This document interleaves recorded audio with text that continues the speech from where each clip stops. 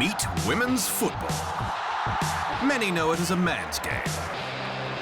But as the sport requires more skill than strength, football has seen women rise up the ranks.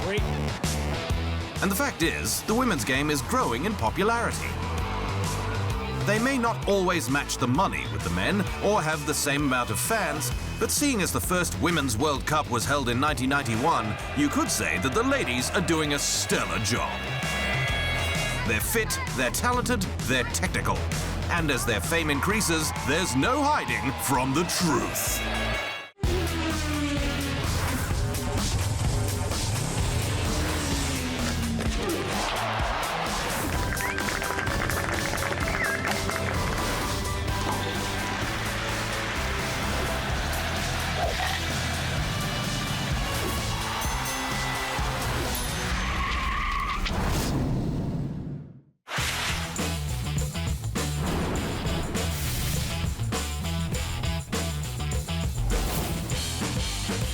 Football dates back centuries. However, it was 1863 when it first became legitimized by the Football Association, or the FA in London. But this was strictly just for the men. There is no greater honor than the chance to compete for your country. So in came the World Cup, which hit the calendar in 1930. Every 4 years, qualifying nations battle it out in front of millions of fans. It's one of the biggest and the best events in all of sport. But women had to wait their turn. After 61 years, they finally had their chance to explode onto the international scene and were able to win the Women's World Cup. And a woman who knows a thing or two about winning is Mia Hamm. The American helped the women's game gain popularity back in the 90s. In 1991, she won the first ever World Cup with Team USA defeating Norway, taking home another cup 8 years later. Hamm's career also includes 3 Olympic medals, 2 of them gold in 1996 and 2004. Her on-field domination gave young girls someone to aspire to. Hamm was an icon, and to this day, still is. Winning awards is something to which she's accustomed. She was twice named FIFA Female Footballer of the Year consecutively in 2001 and 2002. Years on, she's still being awarded, including the 2014 Golden Foot Legends Award. I feel incredibly humbled, honored. I want to thank Mr. Caliendo for having me and honoring not just myself, but all women footballers all over the world. And I'm incredibly proud to represent my country, the United States. It's, you know, I love the game. Every day I woke up, I wanted to be better, both on the field and off the field. And I want to say that football gave me the confidence and the strength to accomplish anything I put my mind to. The evolution and growth of the sport is something Hamm feels passionate about. Well, first, they've expanded the field, I believe, to 24 teams. So you have more teams from all over the world competing. You'll have first-time countries competing in the World Cup, and that is exciting for me to see more federations investing on the women's side. Next, the Americans and their continued success.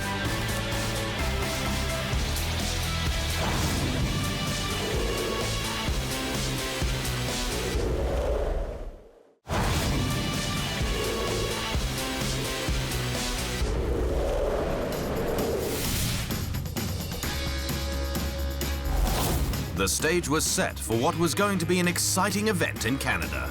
Except before the 2015 tournament even kicked off, the issue of natural grass fields came to the surface. The matches were set to be played on an artificial playing surface, not natural grass. When you fall on the artificial surface, you fall harder, making the risk of injury higher. The Men's World Cup has never had to face this issue, so select female players took on FIFA and the Canadian Soccer Association in a lawsuit. Eventually, the group of women dropped the complaint, choosing to put their sport first. By the time the tournament rolled around, there was plenty of hype and excitement. even what John said about the media being here and the number of tickets that we've sold and the attention around the game in general, we've already, I think, made history. And I think from now on, it's just about us performing at our best. And, people continue supporting the women's game, but even at the grassroots level in this country, soccer is changing and it's becoming a permanent culture. And I'm proud of that. Football exploded onto the American scene when the US won the 1999 World Cup final on home ground at the Rose Bowl in LA. After Brandi Chastain kicked the winning penalty, she controversially removed her jersey as the fans went wild. You could even say that Cristiano Ronaldo likes to emulate Chastain when he scores. Come 2015, the tournament was drawing in fans across the globe. All eyes were on the Americans when they entered the record books, beating Japan 5-2. I can't tell you what it means to be a world champion, to win a World Cup, because honestly it hasn't really sunk in. We love you guys. The fans you guys are the reason why we were able to bring it home this year. Thank you so much. Every single game felt like a home game, even though we were across the border. Every single game, and it's because of you guys, whether you were there or whether you were here cheering us back home. Thank you guys all so much. We won the World Cup, baby!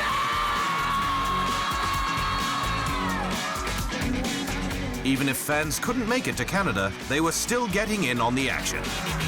I mean, it's just so awesome to see such a great crowd here. We're just excited, to be here for women's soccer. Be here, to be an American right now is just so amazing. We're so happy to have so many great fans. There is nothing more hardcore than women's soccer. 2 yellow cards plus a head injury, and everybody kept playing. And then they came back with a penalty kick, which I'm not crazy about, but the goal at the end was so solid. America is the undisputed best nation on the field.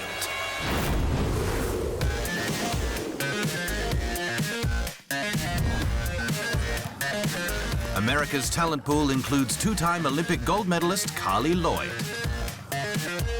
The midfielder's 2015 World Cup performance was spectacular, scoring a hat-trick in the final. It was those 3 goals that led to her being awarded the Golden Ball for the player of the tournament. It's a tremendous honor. I'm sitting alongside of some great soccer players, and so it's honestly just an honor to be here. It's a dream. It's every footballer's dream to be in the top 3. The wins kept on coming, with Lloyd being named Player of the Year, the highest honor for a footballer. It's amazing, the World Cup victory, and now this, truly honored. This is the best of the best, and it's been a dream of mine and never really thought it'd be possible, but here I am. While America's manager Jill Ellis went on to win Coach of the Year.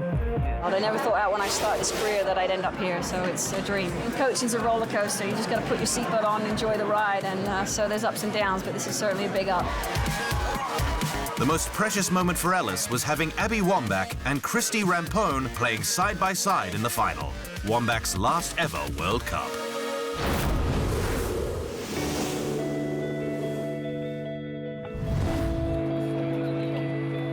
In 2015, one of the greatest footballers ever dropped the news no football fan wanted to hear.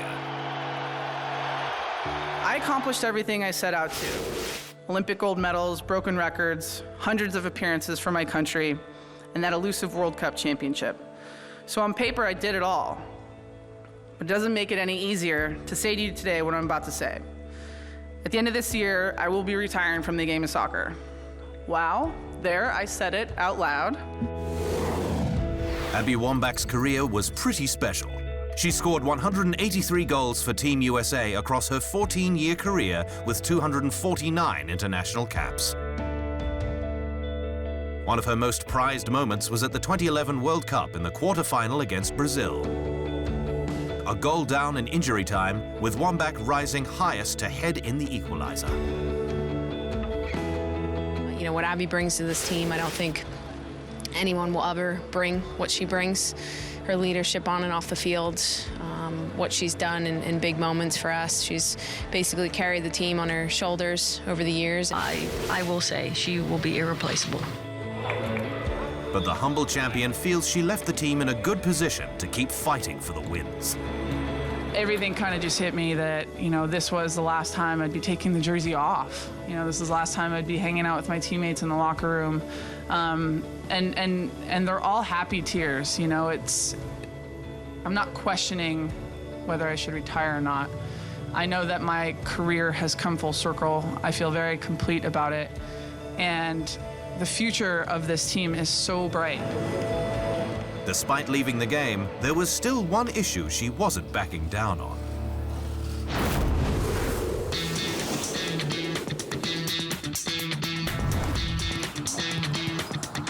Just like many other industries, the issue of pay parity is a hot topic. Well, I think it's amazing that we're being put in the same conversation category as the men. I think that for us, we know that we inspire a nation, and we inspire globally people around the world to dream big. So it was their now or never moment. Hope Solo, Carli Lloyd, Alex Morgan, Megan Rapinoe, and Becky Sauerbrunn decided it was time to take official action. The team filed a complaint with the Equal Employment Opportunity Commission. In 2015, the American female football squad reportedly generated almost $20 million more than the men. Therefore, they demanded equal pay for equal work. After all, they were and are more fiscally valuable to the US Soccer Federation than the men's side. But when they won the most recent World Cup, they shared $2 million in winnings, as opposed to their male counterparts Germany winning $35 million the year prior. And in Hope Solo's words, the numbers speak for themselves. But back in 2014, when now disgraced ex-FIFA executive Jerome Valcke was asked about the pay issue, he had a different point of view. I mean, it's a difficult question, but I would say that the first answer is that we played the 30th Men World Cup in 2014 when we are playing the 7th Women World Cup, so things can grow step by step. I mean, we have still another 23 World Cups before potentially women should receive the same amount as men. I mean, they wait until 2014 to receive as much as money as they received. Either way, there's no denying that with the success they've had, the American girls deserve every dollar.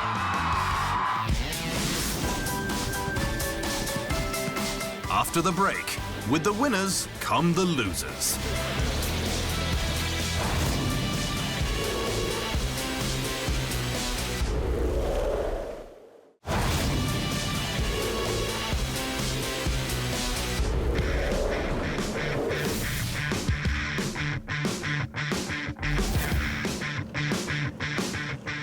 When it comes to professional football, Japan has given Team USA the biggest run for their money. It started with the 2011 World Cup, where they beat the US in overtime in what was an epic shakedown. It's kind of been that thing that's been within us, that fuels our fire, that motivates us to do that extra sprint, to make that extra flight, to extend and search for that ball, whether you're in the box or saving a ball from going in our own net. It's always there, and that's what happens in heartbreak. Heartbreak never goes away. That 2011 win by Japan was Homare Sawa's time to shine. She won the Golden Shoe, the Golden Ball, and the Player of the Year. She will go down in the history of the Japanese Federation as maybe the best of all time, ever, period. Then came London 2012. Well, last year's victory, I would say, was something that was of paramount importance to women's soccer in Japan.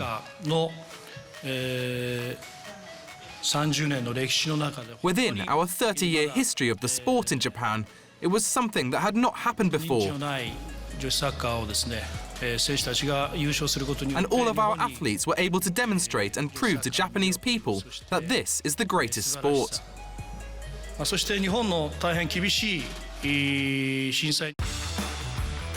But revenge was sweet for the Americans when they snatched gold, winning 2-1.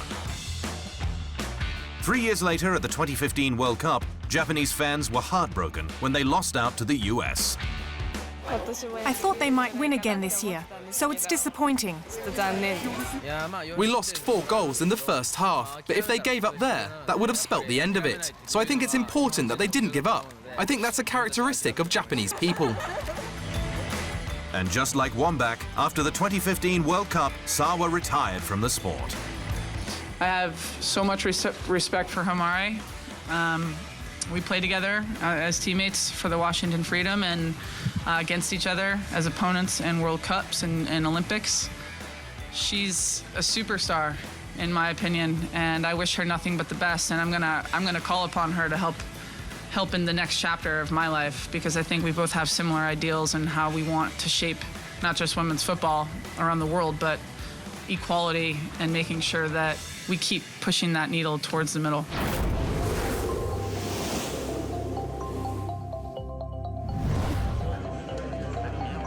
Pia Sundhage has also felt success with the US team because she was head coach for its 2008 and 2012 Olympic wins. But she jumped ship and moved back home to coach Sweden. Sundhage played for Sweden during the first ever Women's European Championship in 1984, taking home the win against England. Her easygoing nature makes her a pleasure to work with, on and off the field. But she will never forget the team she paved her coaching career with. The reason I'm sitting here is because of the US team. They made me look good. 3 finals. And Carli Lloyd, she scored the winning goal in the Olympics, both times actually. And she's not the only lady to take up the position of manager of a football team.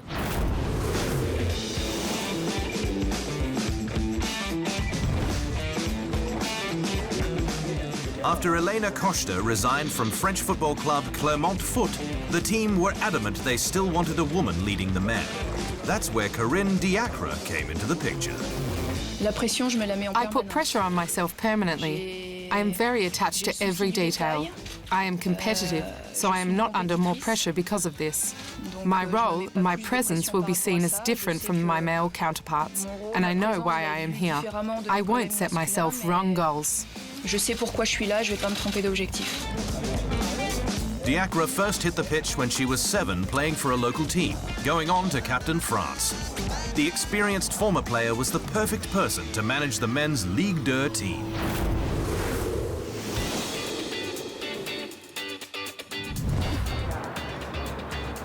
Brazil is a melting pot for football. But there is one player who's been dominating the field since she first hit the international scene in 2003. Marta Vieira da Silva is full of talent. First, she's the equal second highest ever goal scorer in World Cup history. Then there's her caps to goals ratio, a strike rate of almost a goal a game.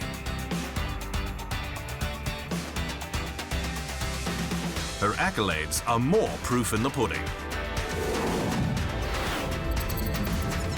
Marta's success includes 5 consecutive World Player of the Year awards from 2006 to 2010, and Olympic silver at the 2004 Athens and 2008 Beijing Games. The greatest ever men's player, countryman Pelé, even gave her the nickname Pelé with skirts. In her club career, playing with FC Rosengard in Sweden, Marta is one of the highest female earners in the sport.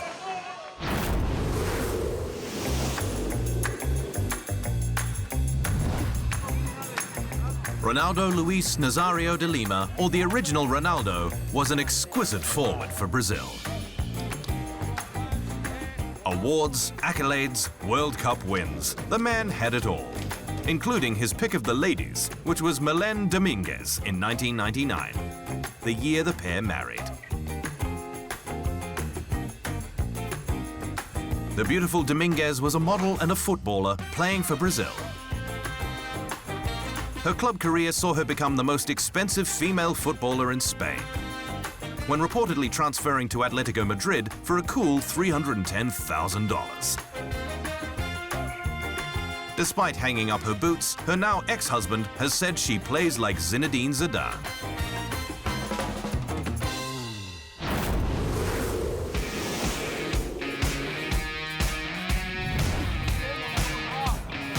And another team that is dominating over their male counterparts is the Olympique Lyonnais Féminin. As the 2016 Champions League final approached, the French team were looking to regain the title from their consecutive wins in 2011 and 2012. The girls are very well focused on our targets. Lyon had 3 targets: the League, the French Cup, and the Champions League. Thanks to the great performances of the girls, we have won the first 2 trophies. So today, we are looking for the 3rd target for Olympique Lyonnais, the colours we are proud to play in for the European Cup. But the defender knew that they were facing tough opponents in the German side Wolfsburg if they wanted their 3rd big win. We know the German mentality. They never give up. So it's up to us to put everything we have in our mental plan onto the pitch to move the balance of the match to our side. We have arrived here thanks to our performances and to our consistency in the season and in the French Cup. We must not forget their strength. They never surrender. They have great players, so we'll be careful. Des bonnes joueuses, donc ça c'est à prendre en compte, mais on jouera notre jeu demain. The French Division 1 Féminine team won their 3rd Champions League in 2016, coming off their 10 straight league titles from 2006 to 2016. Watch this space.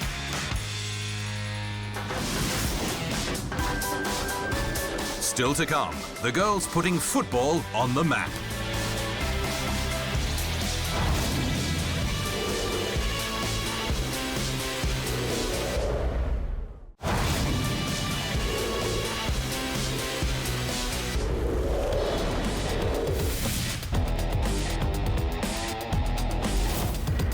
The landscape for women in football is being changed right through to the fringes, with women now refereeing the men's game. In 2010, Amy Fern became the first female to enter a men's professional football league fixture. The ladies are also excelling on TV as commentators. After her playing days ended with the US, Heather Mitz served as a Fox Sports analyst for the 2013 CONCACAF Gold Cup. But commentating isn't the only way to get women's football on the screen.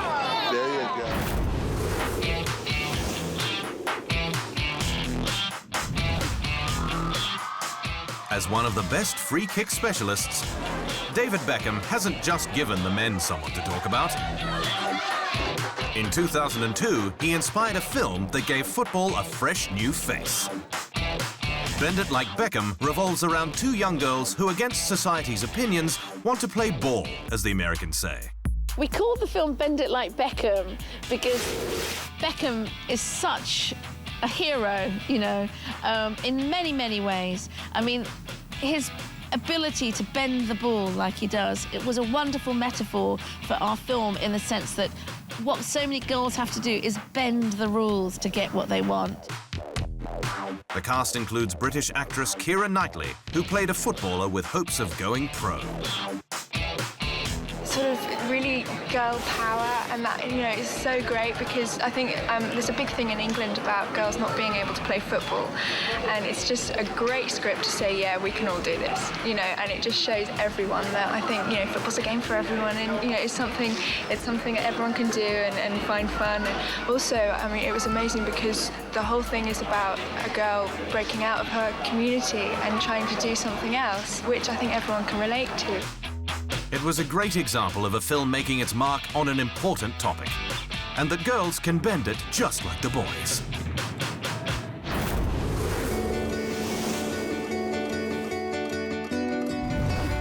Women's football is evolving from the bottom level right up to the top at FIFA. A perfect example of how deep the changes are being made runs all the way to Sierra Leone, electing Isha Johansson as their first female FA president. For me, I was the first, I am the first female FA president. It has its massive challenges because I'm a woman, but the good thing is we're in it to win it. I think very soon you will see that there will be a lot more women participating from the coaching level, the girls themselves, right up to administration. It's a game that women have mastered, and it keeps getting better, slowly finding the financial backing and sponsors, making it the spectacle that girls deserve. So I think the game has come a long way in the last 10 years, and I think that the ongoing involvement of clothing companies, of broadcasters, of governing bodies, creating competitions that showcase the best of the athletes playing the game at its best is you know, a result of persistent efforts of people over the years who've been insisting on that. Whether it's the sport of football or not, there's no denying that when it comes to the women's game, change is on the horizon. 33rd minute. And that is the truth.